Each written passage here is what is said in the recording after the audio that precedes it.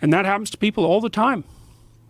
Now, as a person who is someone who's extremely critical of ideologies, a lot of people would think it's a contradiction for you to embrace religion, because religion being the biggest, the oldest ideology of all. Ideology is a parasite on religious substructures. You can't, look, we could go back to the Harry Potter example. That's a good example. I mean, J.K. Rowling had kids reading like 400-page books, right? She could fill a stadium when she was reading. Why? Is because she got the archetypes right. She got the religious sub-narratives correct. They're not ideologies. Ideologies work because an ideology is a parasite on top of a religious substructure. And a religious narrative has a particular set of characteristics. It's very balanced. So, for example, there's the feminist idea of the patriarchy. Well, the religious idea of society has an evil patriarchy notion built into it. That would be the dying king, the once great dying king. You see this in the Egyptian story of Osiris, for example, who's eventually chopped up by his evil brother. You see it in The Lion King with Mufasa and Simba's father and Simba's evil uncle. Those are the two representatives of the patriarchy, the wise king and the tyrannical king. In a religious story, properly set up archetypal story, there's the natural world, the chaotic world, there's a positive element and a negative element. There's the social world, there's the wise king and the tyrannical king. And there's the individual world, and that's the adversary and the hero. There's always a positive and a negative at each level. And it stops it from being an oversimplification, because it says to you, well, of course the bloody society is an oppressive patriarchy. But it's also the wise father that has taught you to speak every word you know. It's like, you don't get to say only this part of the story without having gratitude for this part of the story. And it's true at each level of the representation. A properly balanced story has got the balance between positive and negative always correct. Is that in many ways like a lot of people who are anti-Western capitalism are also the only, they will find that capitalism, and Western capitalism in particular, is the only culture that has embraced the acceptance of people. Yeah, right. Like transgender people, people who are gay, people who are marginalized. I mean, Western capitalist society is one of the very few cultures that openly abhors racism. Right. Well, and these people are anti-capitalist on their iPhones. Right, you don't get to do that. Right, it's a performative contradiction. That's so important. Yeah, they're on their iPhones while they're flying. Yeah. Yeah, it's while like, I'm flying. anti-capitalist. It's like, well, actually, no, you're not. You're just deeply confused. That's what you are. Is deeply confused. It's not capitalism that's the problem. It's evil that's the problem. It's also it's a deeper problem. Evil is a problem. So there's a religious scholar named Mircea Eliade who looked at flood myths, because there are flood myths all over the world. God gets fed up, floods everything. It's just like in New Orleans. So here's a funny thing about New Orleans. What caused the New Orleans flood? Well, a hurricane. No. Yeah? No. How about human corruption? How about the corruption of the state? How about the fact that people knew the damn dikes weren't going to hold? That the levees weren't going to hold? How about that they knew that for 100 years and didn't care? How about that they pocketed the money that should have gone for their repair? And so in flood myths, you always see two things. You see that, I'm paraphrasing, say, there's a storm, there's dikes, and there's people responsible for maintaining the dikes. Well, a storm won't wipe out the city. It could. But if the dikes are high enough, then it won't. And if people aren't corrupt, then they build the dikes properly.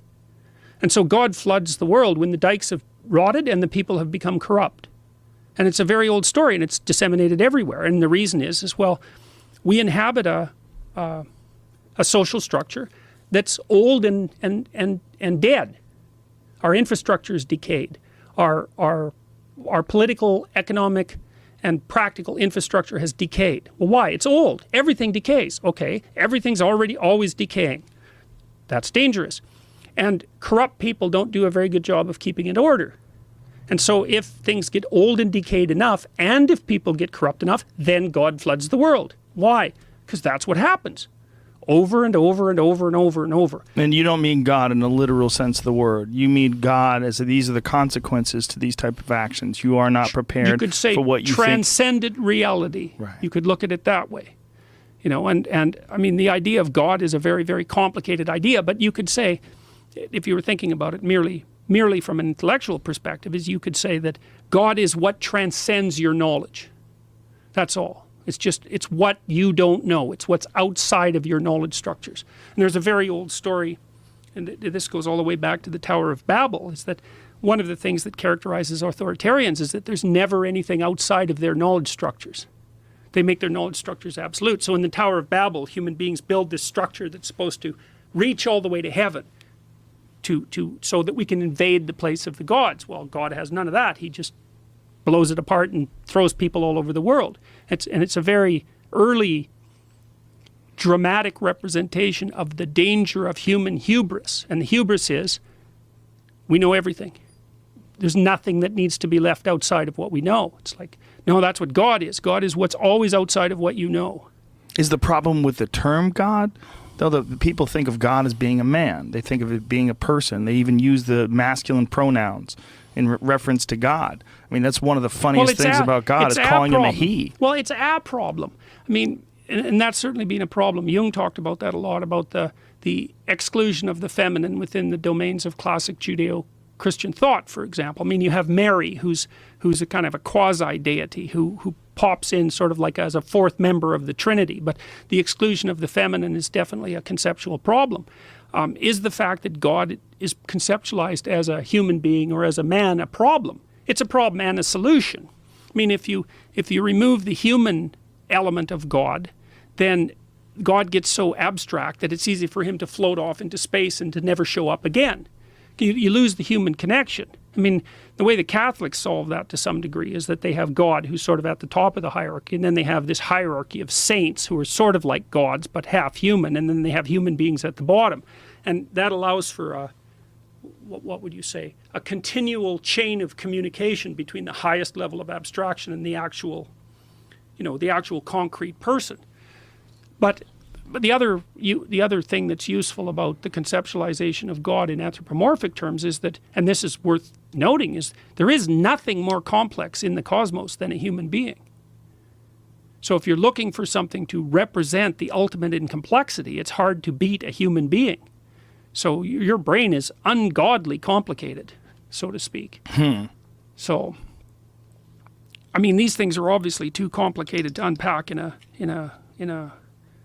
I didn't expect us to even get into this conversation, but I'm glad we did.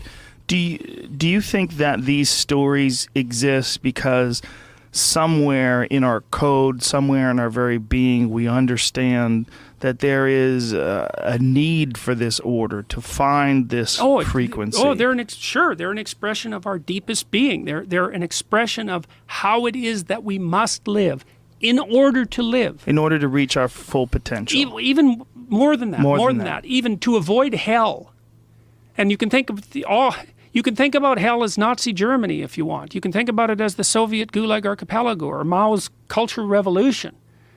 Like, we can get there, no problem. If you walk down in some of the seedier areas in LA, you'll see people in hell, no problem. Sure, go to Skid Row. Yes, and you can tell when those people are there, because they will get angry if you look at them. And you'll walk a big berth around them. You're not going to come within 10 feet of the, let's call it, psychogeography of their existence. Right, and that they're in a place. It's a metaphysical place, but it's not defined by the damn geography. Right. You know, Skid Row is as much of a psychological place as it is a physical place. In fact, it's more a psychological place, but that doesn't make it any less a place. And if you're descend into the hell of Skid Row deep enough, you'll get to the point where most of your thoughts are murderous. And that's hell as a suburb of the underworld, fundamentally. That place exists. People visit it all the time. And sometimes they don't get out. It's real. I've been discussing this a lot recently because people like to talk about the concept of apocalypse, that we're headed towards an impending apocalypse. And my thought is that apocalypse is already here. It's just not right here. Yeah, it's always here. Go to Liberia. Go to Liberia and look at people defecating in the streets and eating human flesh. I mean, I don't know if you've ever seen the Vice piece on Liberia, but it's it's unbelievably terrifying how people live there. The apocalypse is an archetypal idea, and the apocalypse is always here, and it's here at the micro level. Like when we have a discussion and our concepts change, those are micro apocalypses. Little bits of our being are being blown apart and restructured, and that can happen at a small scale or a large scale, or it can get to the point where everything collapses and is destroyed. And life is apocalyptic in that matter because we all get sick, we all die, our families are vulnerable. There's an apocalyptic element to being, and we have to face that and confront it and deal with it properly. And the wrong way to deal with it is to generate more hell than heaven, I suppose, and to do that consciously. And people do that all the time too. There's never a situation that's so bad that there isn't something you can do to make it worse. And there's very seldomly a time when you're not motivated at some level of your being to put the knife in and twist it just one more quarter turn. People are like that. And we have reason. Life is hard. It's no wonder people get corrupted by it.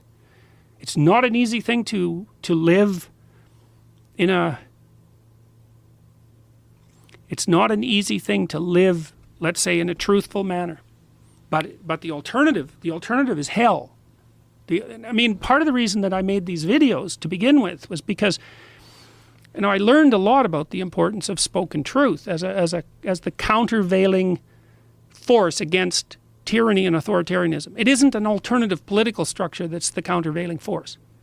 It's spoken truth that's the countervailing force. It's like, well, why would I put my job on the line to have an opinion about compelled pronouns? I know why. Because the ability to speak your truth is the bulwark against hell.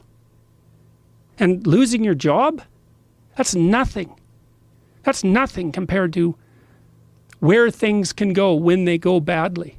For me, it was just preventative. It's like, this isn't going in a good direction. Well, should you take a risk? It's like, you don't have that choice. You're silent? That's a risk. Now, most people don't understand the risks of silence. I happen to understand the risks of silence because I've been studying them for 40 years. Is it frustrating for you to